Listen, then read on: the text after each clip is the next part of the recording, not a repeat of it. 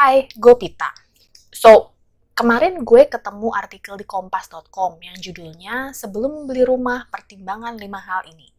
Artikel tips-tips properti gini banyaklah beredar di mana-mana. Informasi yang mereka kasih juga generik. Jadi gue pikir kali ini gue ingin menambahkan tips dari Kompas mengenai hal-hal yang perlu diperhatikan sebelum membeli rumah berdasarkan pengalaman pribadi gue.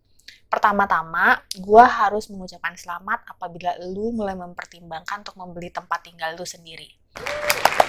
Itu berarti lu sudah punya penghasilan yang stabil, memiliki sejumlah uang simpanan, dan lu mulai berpikir untuk menggunakan uang dan penghasilan ini untuk membeli aset bernilai besar yang diharapkan nilainya akan naik. Ini berarti juga lu memutuskan untuk mengambil langkah maju. Udah capek tinggal di rumah numpang tempat orang tua, keluarga, pondok mertua indah, atau capek jadi kontraktor dan ingin punya tempat yang bisa disebut rumah gue sendiri. Tapi membeli rumah pertama juga bikin orang deg-degan, apalagi kalau kita membeli rumah menggunakan sistem kredit. Itu berarti kita membuat komitmen hitam di atas putih secara hukum bahwa selama sekian tahun ke depan, kita akan memberikan sebagian penghasilan kita di masa depan kepada kreditor. Dan kita juga harus mulai membuat rencana apa yang mau dilakukan dengan aset mahal yang dibeli ini. Karena let's face it, sebagian besar dari harta kita nanti akan terikat di sebuah bangunan yang kalau mau dicairkan dananya harus melalui berbagai proses untuk mendapatkan uang kita kembali. Dengan mempertimbangkan dua sisi itu, gue kembali ke artikel Kompas ini dengan tambahan beberapa opini pribadi gue. Yang pertama menurut Kompas itu adalah kemampuan keuangan. Sebelum menentukan membeli rumah, ada baiknya mempertimbangkan kemampuan finansial. Belilah rumah sesuai dengan kondisi keuangan seperti tipe lokasi, tipe rumah, dan lain sebagainya. Benar, karena kalau memang penghasilan kita tidak cukup untuk membeli rumah di tengah kota, tidak ada salahnya memikirkan cari rumah di pinggir kota. Kalau kita tetap kekeh harus tinggal di tengah kota, berarti jenis tempat tinggal kita yang harus disesuaikan dengan budget. Kalau rumah dia tanah terlalu mahal, tidak ada loh salahnya membeli rumah di langit alias rumah susun atau apartemen. Kalau rumah besar tidak memungkinkan, belilah rumah yang lebih kecil di jalan yang lebih sempit. Untuk setiap pilihan ada konsekuensinya. Menurut perencana keuangan Personal Capital Michelle Brownstein, jika kita tidak tahu kemana uang kita pergi setiap bulannya, maka pertimbangkan kembali keputusan untuk membeli rumah ini. Jadi, buatlah budget sehingga kita tahu kemana uang kita pergi selama ini. Kalau kita orang yang sebagian besar penghasilannya digunakan untuk membiayai hidup atau keluarga, atau ada berbagai kebutuhan lain seperti mencicil hutang, ya kita tidak bisa mengharapkan spending kita setelah beli rumah akan tetap sama. Satu tips personal gue, kalau kita mau menggunakan KPR, maka pastikan kita punya sejarah kredit yang baik sebelum mengajukan permohonan kredit. Kalau punya cicilan yang menunggak atau BI checking yang belum dibersihkan, akan sulit dapat kredit. Bahkan mungkin sudah masuk dalam daftar blacklist debitor. Menurut Kompas yang kedua, pertimbangkan kemampuan. Jika Anda membeli rumah secara kredit, jangan sampai cicilannya membebani pengeluaran bulanan. Idealnya cicilan rumah tidak melebihi 28% dari pendapatan kotor. Now this I don't agree. Gue menyarankan penghitungan yang lebih konservatif. Pastikan cicilan kita tidak melebihi 25% dari pendapatan bersih atau take home pay. Kenapa? Karena pendapatan kotor seseorang itu ada banyak faktor pengurangnya.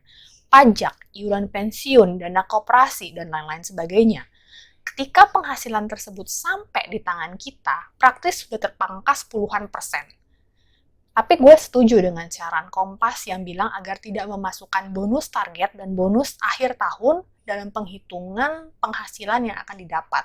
Karena memang yang namanya bonus, angkanya itu tidak pasti. Dan selalu siapkan uang setidaknya 25% dari harga rumah yang mau dibeli. Kenapa? Karena selain kita harus membayar down payment antara 15-20%, kita juga harus membayar berbagai biaya tambahan yang tidak murah. Tips Kompas yang ketiga, buat dana atau rekening darurat. Setuju banget. Jangan pernah membeli rumah hingga menguras habis-habisan rekening kita. Selalu sisakan dana darurat setidaknya 3 hingga 6 bulan dari biaya hidup kita sehari-hari. Dana darurat ini jumlahnya harus di luar dari dana down payment pembelian rumah kita. Kenapa? Karena Murphy's Law, if anything can go wrong, it will. Lu akan menghadapi yang namanya keran rusak, atap bocor, jendela pintu yang perlu diperbaiki, fondasi bermasalah, biaya pindahan, dan lain sebagainya. Segala sesuatu yang bisa jadi masalah akan jadi bermasalah. Tanpa dana darurat, karena desperate, kita akan mulai menggunakan dana dari kartu kredit, pinjam dari sana-sini, pinjol untuk memperbaiki apapun yang salah dengan rumah baru kita. Jadi yes, selalu punya dana darurat kapanpun itu. Tips yang keempat dari Kompas, memastikan pengembang. Ada banyak kasus di mana konsumen dirugikan oleh pengembang yang tidak bertanggung jawab. Ini benar banget. Terlalu banyak kejadian yang gue lihat sendiri yang kalau gue ceritain di video ini bisa jadi sejam mungkin.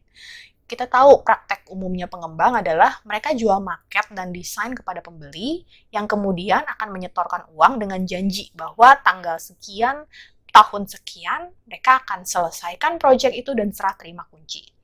Pembeli ya bisanya percaya saja. Mereka tanda tangan surat perjanjian jual beli tanpa lihat produk akhir yang akan mereka bayar. Kontrak seperti ini menaruh pembeli di posisi yang rawan kalau pengembangnya ingkar janji. Itu sebabnya ketika membeli rumah pertama kita, gue sangat menyarankan agar kita tidak membelinya berdasarkan pameran real estate yang cuma menjual maket dan gambar. Karena kita tidak bisa melihat seperti apa bentuk rumah yang kita beli. Yang dimiliki oleh pengembang saat pameran hanyalah berhektar-hektar tanah kosong yang masih dalam tahap pembangunan. Dan mereka butuh uang kita untuk menyelesaikannya. Intinya, beli kucing dalam karung. Tapi beberapa orang tetap memilih untuk percaya promosi dari pengembang. Ya tidak apa-apa, saran gue, pastikan pengembang yang dipilih adalah yang terpercaya dan pengalaman di bidang properti. Tips Kompas yang kelima itu adalah kondisi lingkungan sekitar. Menurut Kompas, apabila membeli rumah untuk ditempati, jangan lupa perhatikan lingkungan dan fasilitas di sekitar kompleks itu.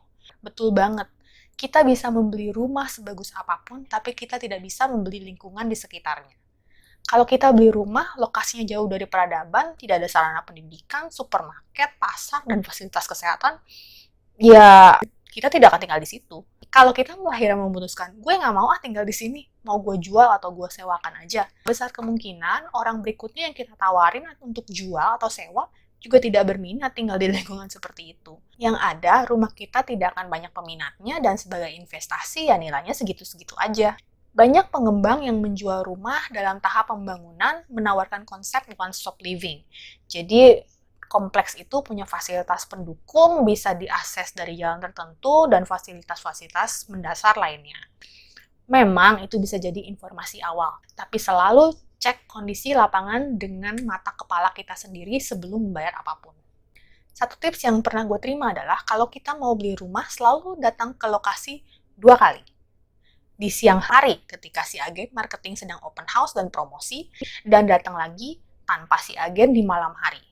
Karena pada masa itulah semua penghuni di kompleks sudah pulang dan mulai beraktivitas. Jadi kita bisa melihat dan merasakan vibe lingkungan yang sebenarnya.